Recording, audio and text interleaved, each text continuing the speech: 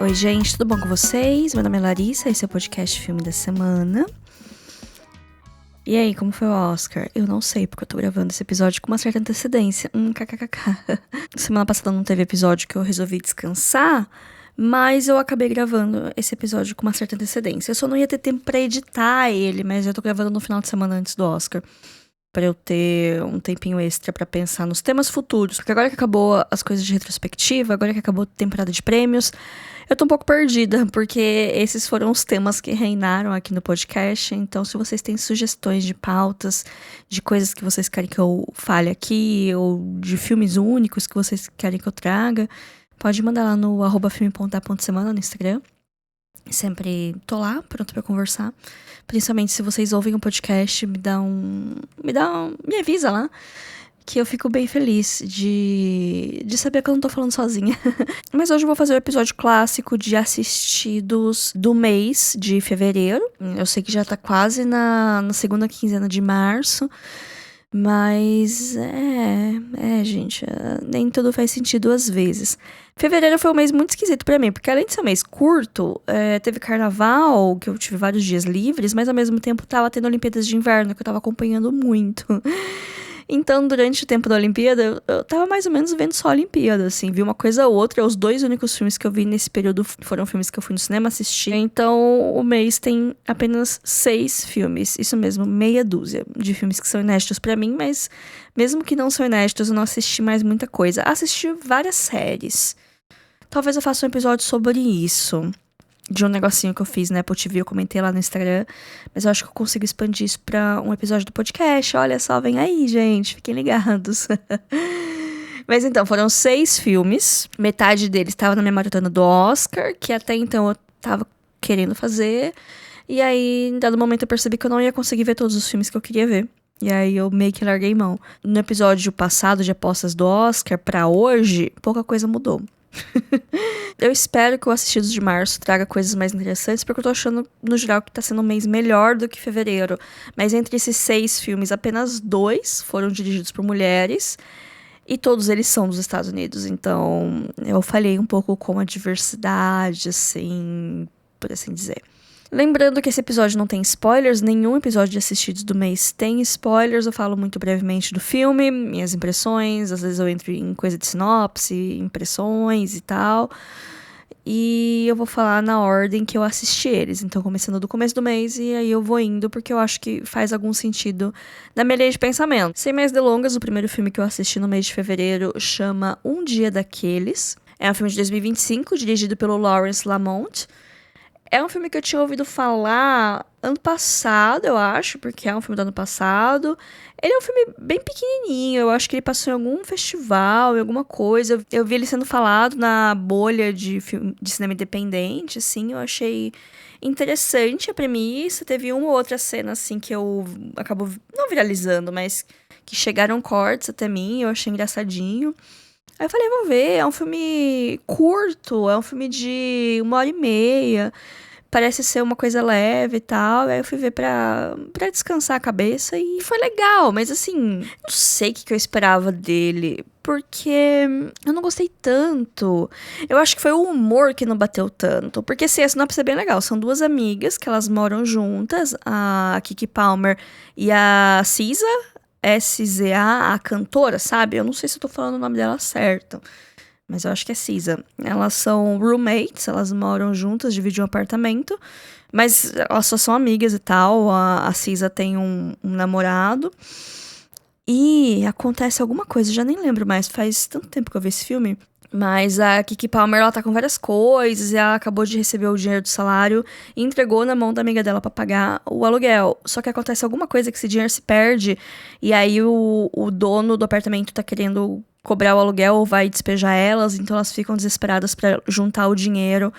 E naquele dia, porque ele dá um prazo assim super apertado, então elas têm que correr atrás e descobrir jeitos de ganhar dinheiro rápido e fácil, por assim dizer, e isso faz elas se meterem em várias loucuras ao longo do dia. E essa é a história do filme, são todas essas loucuras. É um filme em estilo de Odisseia, assim, são coisas mundanas que vão tomando proporções cada vez mais caóticas e imprevisíveis pra chegar no final do dia e as coisas estarem completamente diferentes do que estavam no começo. Tem bons momentos, eu gosto muito da química das duas, eu gosto de ser esse negócio de uma história de amizade e tal. Mas eu não sei, eu acho que eu achava que eu ia rir mais, eu achava que eu ia achar mais engraçado do que eu achei. Acho que foi por isso que eu terminei e eu fiquei, tá, ok, bacana. Não achei um filme ruim, longe disso. Mas eu achava que seria mais divertido e acabou não sendo. Um Dia Daqueles está disponível na HBO Max. Depois eu assisti Morra Amor, da Linny Ramsay. É um filme que ele teve a estreia em Cannes e eu lembro que eu tava com expectativa. Provavelmente eu comentei dele no episódio de Cannes que eu fiz no ano passado. Quando saíram as reações, elas não estavam muito positivas. O pessoal tava falando que o filme parecia que não tava bem acabado. Aí o filme voltou, parece que pra sala de edição. Aí eles lançaram nos festivais norte-americanos no final do ano. Parece que era um outro corte. Eu não sei, eu vi o corte que chegou na MUBI. E assim, eu queria ter gostado mais desse filme do que eu gostei. É uma situação parecida. Eu tava bem mal-humorada no começo de fevereiro, como vocês podem ver. Bem rabugenta. Tava com umas expectativas bizarras e os filmes não estavam batendo as expectativas, né? Esse filme é baseado num livro, que é de uma escritora argentina, se não me engano. Que tá na minha lista. Eu queria ter lido esse livro antes de ver o filme, mas acabou não dando. É um livro que eu sei que é ame ou odeia, assim. Eu sei que tem muita gente que ama, muita gente que detesta.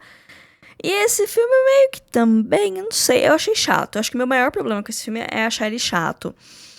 E achar a personagem da Jennifer Lawrence complicada. Porque não é qualquer história. Tem um jovem casal, que é a Jennifer Lawrence e Robert Pattinson, que eles se mudam pra uma casa que é, tipo, no meio do nada, assim, ela é afastada, tem uma localização remota, e aparentemente foi uma escolha do Robert Pattinson eles irem pra lá, parece que ele herdou essa casa de não sei quem, e a Jennifer Lawrence não tá, assim, morrendo de amores com essa ideia, mas eles vão, eles são jovens, estão apaixonados, eventualmente ela fica grávida.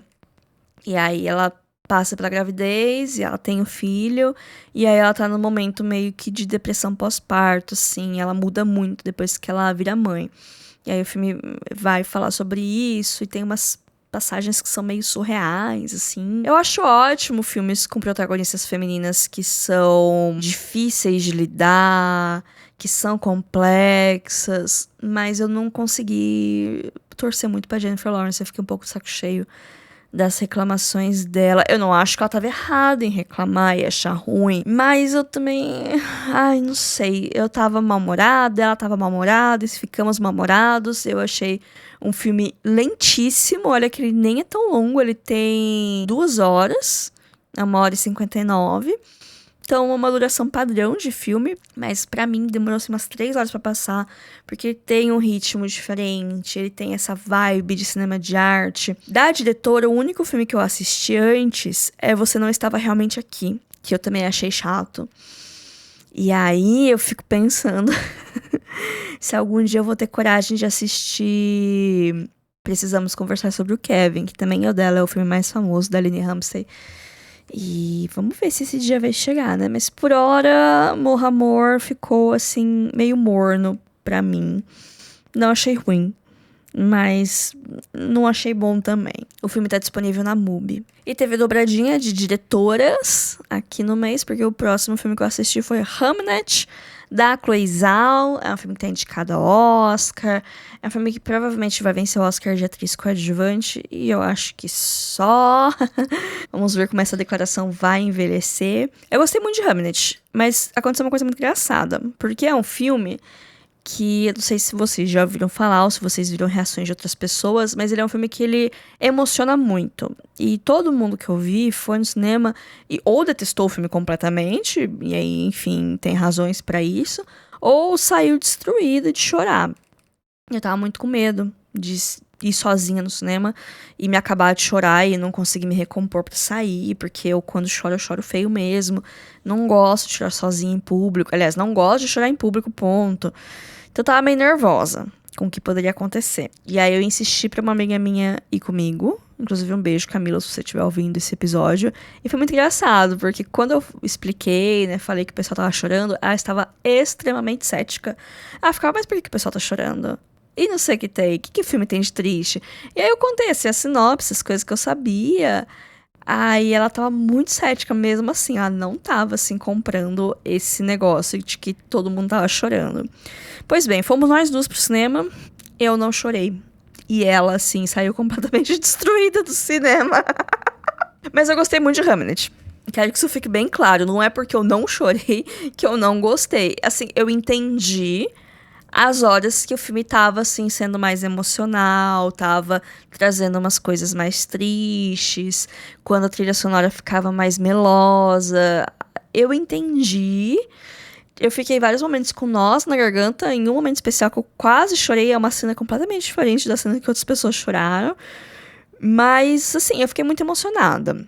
Eu gostei, eu comprei a história, eu comprei a atuação do Jessie Buckley. Mas eu não consegui cair uma lágrima. E aí eu fiquei, ué, qual é meu problema? Eu tenho certeza que é a fase do mês que eu tava. Eu acho que tem uma explicação hormonal em relação a isso. Porque eu sinto que dependendo da fase do mês que eu tô, eu fico muito mais suscetível a reações emocionais mais intensas do que em outros que parece que tem uma pedra batendo no meu peito. Foi o que aconteceu aqui. Hamnet é uma adaptação de um livro do mesmo nome, que foi um certo sucesso na época que ele foi lançado. Aqui no Brasil chegou na pandemia. Eu lembro que todo mundo, booktalker, booktuber, tava lendo, tava gostando bastante. E o livro é meio que uma fanfic de Shakespeare. Por que é uma fanfic de Shakespeare? A autora, a Maggie O'Farrell, ela reimagina alguns eventos históricos que sabem que aconteceu, tipo, Shakespeare era casado com essa mulher, que em alguns lugares está escrito Agnes, em alguns lugares está escrito Anne, então varia o registro. Aqui no filme ela chama Agnes. Ela era mais velha que ele, eles tiveram alguns filhos, e aconteceu uma coisa muito grave com um desses filhos, e isso pode ou não ter refletido na obra dele. Isso é tópico de estudos de estudiosos até hoje, né? O quanto esse grande trauma que aconteceu na vida dele foi refletido na obra dele, no jeito dele escrever e nos personagens que ele criou. Até porque tem a ver com o nome também, né? Hamnet parece muito Hamlet, que é uma peça muito famosa do Shakespeare. E Hamnet é o nome desse filho dele. Enfim, eu tentei não falar muito o que acontece, mas talvez seja já conhecimento geral. Eu não sei o quão por dentro vocês estão da temporada de premiação. Se você já tá um pouquinho no filme Twitter, você sabe o que acontece. Se você não tá, você não sabe. Então eu vou segurar o que acontece pra ter surpresa no filme. Eu não acho que estraga saber o que acontece, não. Porque eu fui sabendo mais ou menos o que acontecia e eu não acho que foi por isso que eu não chorei.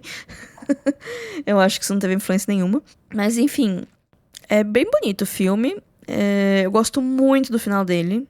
Toda a parte final no teatro, que tem aquela cena que ficou famosa de todo mundo indo no palco, assim, colocando a mão no palco. É muito bonito. Eu achei o filme mais acessível da Chloe Zhao. Eu não vi todos dela. Eu acho que eu só não vi o primeiro filme dela, que é o Songs That My Brother Taught Me. Alguma coisa assim. Eu não vi esse filme. Que ficou na MUBI um tempão, ficou na minha lista. Eu falei, vou ver, nunca vi. Saiu da MUBI, e aí quem se ferrou fui eu. Mas o que eu vi dela foi Nomadland e Eternos. Eu gosto muito de Nomadland, mas ele é um filme bem mais lento, bem mais contemplação e reflexão e frases de efeito. Enquanto que Eternos é um casamento conturbado entre o que a diretora queria fazer e o que a Marvel queria fazer. E acabou não sendo nenhuma coisa nem outra. Acabou ficando esse monstro caquético, esquisitaço, que é aquele filme. Agora, Hamnet eu acho muito mais acessível. Ele não é um filme longo. Ele tem 2 horas, mais ou menos. E ele parece ter a minutagem que ele tem. Ele não é super rápido e apressado, que passa voando. Mas ele também não parece que demora demais. Então, eu acho que tem muito a mão dela enquanto cineasta, enquanto contadora de histórias. E também um ritmo um pouquinho mais comercial, mas enfim, gostei bastante de Hamnet.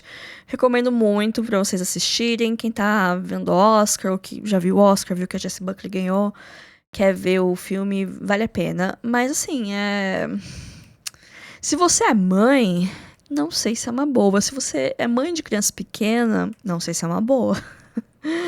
Fica aí o aviso, né? Eu não tenho coragem de recomendar esse filme pra minha mãe, por exemplo. E eu sou adulta. Mas, enfim. É triste. Fica o aviso. Agora, nesse momento, Hamnet tá em alguns cinemas ainda.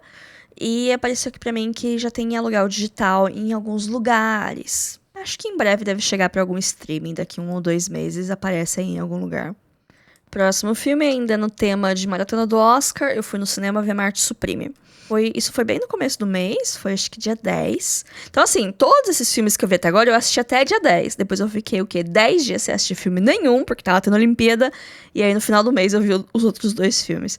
Mas, enfim, começo do mês foi super corrida no serviço, tava acontecendo várias coisas, tava tendo ação com marca, eu tava correndo pra cima e pra baixo, e eu tava principalmente socializando demais, que é uma coisa que eu particularmente não sou boa, e que me consome muita energia interagir com as pessoas, e conversar, e não sei o que tem. Então, era uma semana que tava tendo muitas coisas que eu tava tendo que ficar lá, interagindo com muitas pessoas e falando e prestando atenção com muitas coisas também. Então eu tava bem cansada. E aí eu tava nesse rolê, eu queria ver os filmes do Oscar no cinema pra aproveitar, né? Porque tem filme que nunca chega, e então já que chegou eu vou lá gastar meu suado dinheirinho. E tava na semana do cinema também, acho que foi por isso que eu fui ver, principalmente, porque tava R$ 15 o ingresso, eu falei, vou lá, né? Então, tinha sido um dia muito cansativo, foi uma terça-feira. Fui no cinema numa sessão, sei lá, 7 horas, 7h30, pra ver o tal do Marte Supreme. E é um filme caótico. É um filme desses que te deixa ansioso.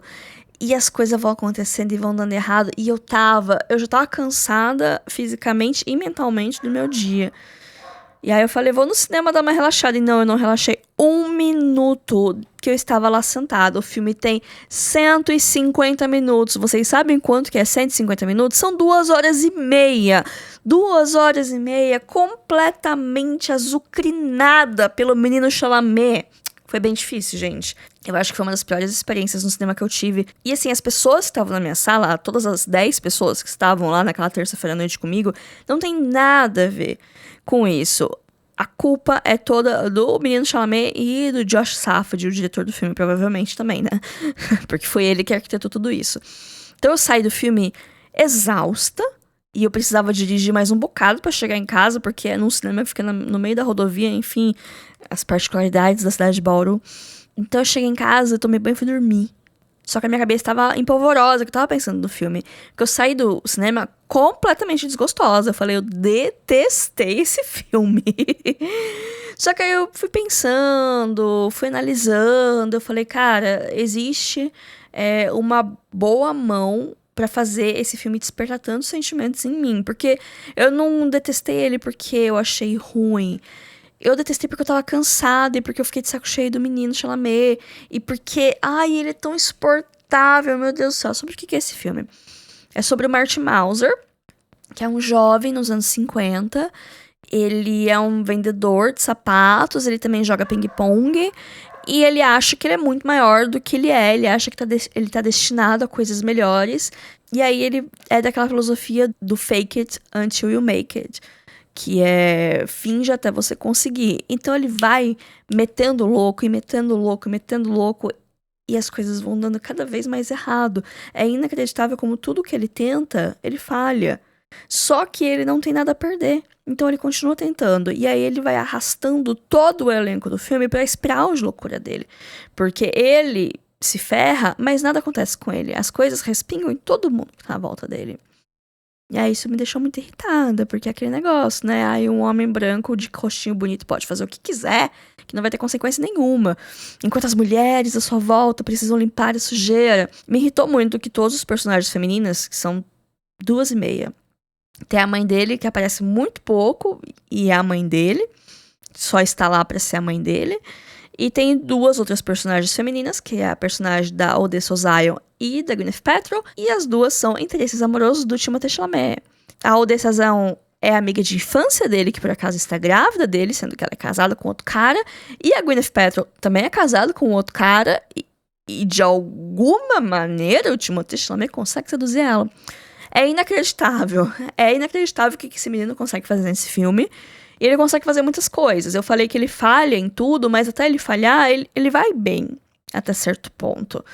O que dá confiança pra ele continuar indo. E aí, quanto mais alto ele sobe, maior é o tombo que ele leva. Mas ele é jovem, ele se recupera rápido. Você já viu uma criança caindo? Levantou, tá novo. Então, assim, depois de muito pensar, eu falei, não, realmente, esse filme tem muitos méritos de direção boas, tem muitas escolhas acertadas, é intencional toda essa raiva que eu passei. E aí eu parei pra pensar sobre pra que serve a arte, pra nos causar emoções. Nem sempre essas emoções vão ser positivas, mas faz a gente ter uma reflexão, enfim...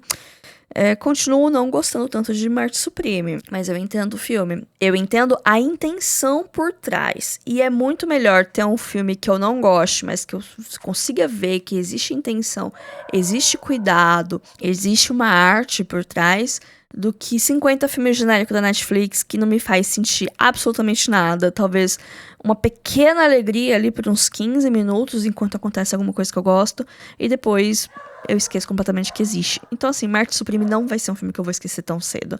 Ele tem várias cenas marcantes. Ele tem uma escolha de trilha sonora extremamente curiosa, porque é um filme que se passa nos anos 50, mas a trilha sonora dele são músicas pop dos anos 80.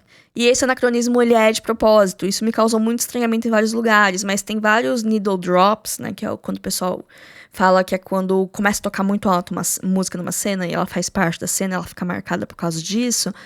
Tem vários desses casos com músicas muito boas que eu gosto muito. Acaba com Everybody Wants to Rule the World, que seria uma escolha meio batida, dado todo o contexto, seria. Mas tem umas coisas que estão envolvidas nessa cena que eu achei legal.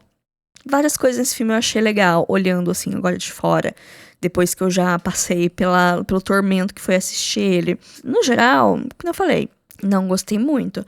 É isso, falei tudo que eu queria falar, eu acho. Acho que foi o filme que eu mais falei aqui. Foi um dos filmes que eu menos gostei nesse mês, mas é um dos que eu mais falei. Curioso, né? Marte Supreme tá nos cinemas, em alguns lugares, já faz coisa de um mês que ele tá em cartaz, então talvez ele tenha saído de vários cinemas. No momento ele ainda não foi pra streaming nem pra aluguel, mas eu acho que muito em breve ele deve chegar. Daí lembre-se que tem um vácuo de 10 dias entre esses dois filmes, porque eu tava assistindo a Olimpíada, mas aí eu lembrei, nossa, é verdade, o Oscar, eu preciso terminar de ver os 10 indicados. Só faltava um, que é Fórmula 1 filme, e aí eu assisti. Eu peguei os 7 dias de graça da Apple TV pra assistir esse filme. E eu não gostei. Eu gostei menos que Marte Supreme. Mas é porque ele é muito menos memorável. Fórmula 1 é um filme de esporte, onde a gente tem o personagem do Brad Pitt, que ele era uma estrela da Fórmula 1, mas aí aconteceu alguma coisa que fez ele se afastar do esporte, e aí ele segue fazendo outras coisas relacionadas com o carro também. Aí um velho amigo, que é o Javier Bardem, entra em contato e fala: ai, a gente precisa de você na nossa equipe, porque a gente tem um novato que ele é muito talentoso, mas ele precisa de uma mentoria, ele precisa de um veterano para quem ele possa se inspirar, que possa ser inspirado, então por que você não vem correr com a gente? O time não tá muito bem das pernas, a gente precisa melhorar nossa posição no campeonato.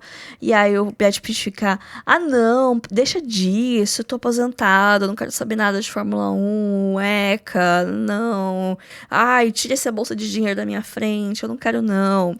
Eventualmente ele vai. E aí tem esse jovem piloto, que ele é todo jovem, cabeça quente, e ele não tá muito afim de trabalhar junto, então eles brigam, e aí eles fazem as pazes, e aí acontece um grande acidente, e aí todo mundo fica: ah, meu Deus, e aí eles superam, e aí dá tudo certo no final. É um filme de esporte, todo mundo aprende uma grande lição através do trabalho em equipe e da força da amizade.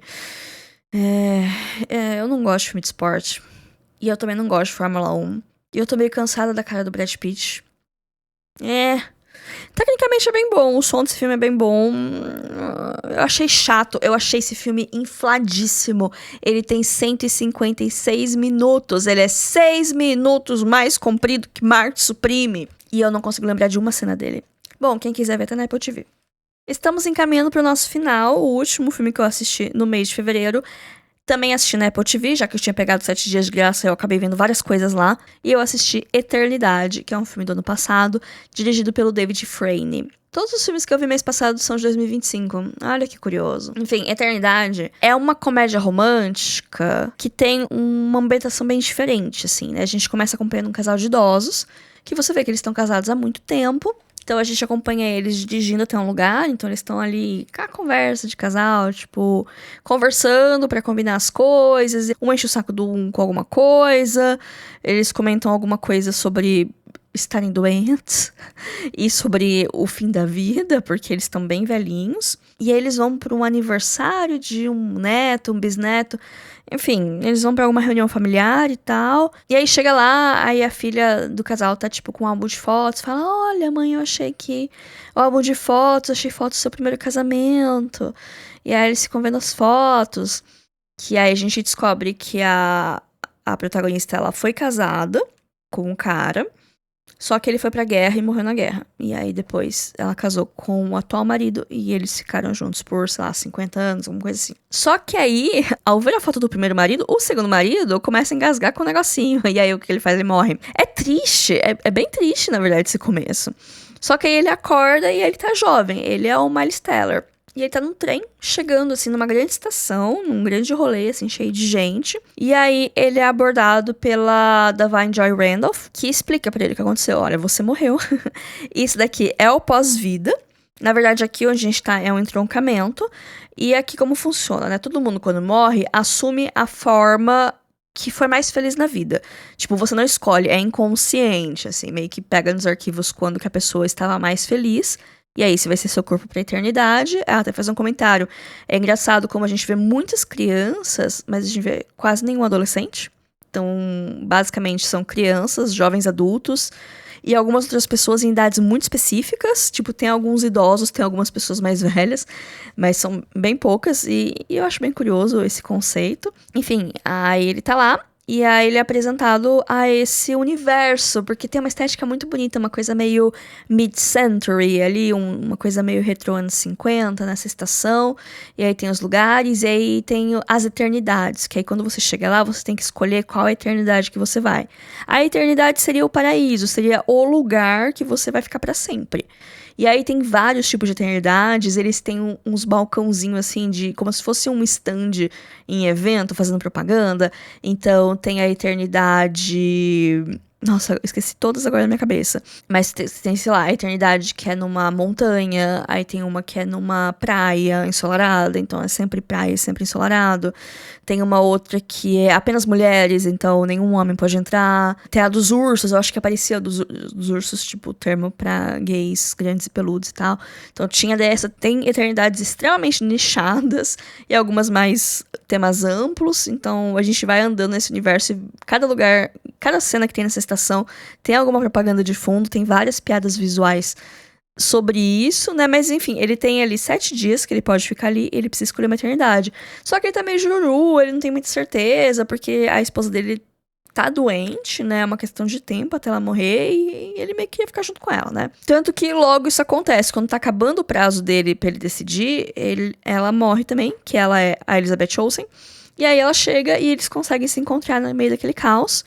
Só que quem também está naquela estação há 50 anos esperando ela? Sim, o primeiro marido, que é o Callum Turner, que é muito parecido com o Miles Teller. Eu acho que, assim, eles têm diferença, claro, mas eles são homens com uma altura parecida, magros, com o rosto comprido, nariz comprido, cabelo preto, olhinhos miúdos e um corte de cabelo muito parecido.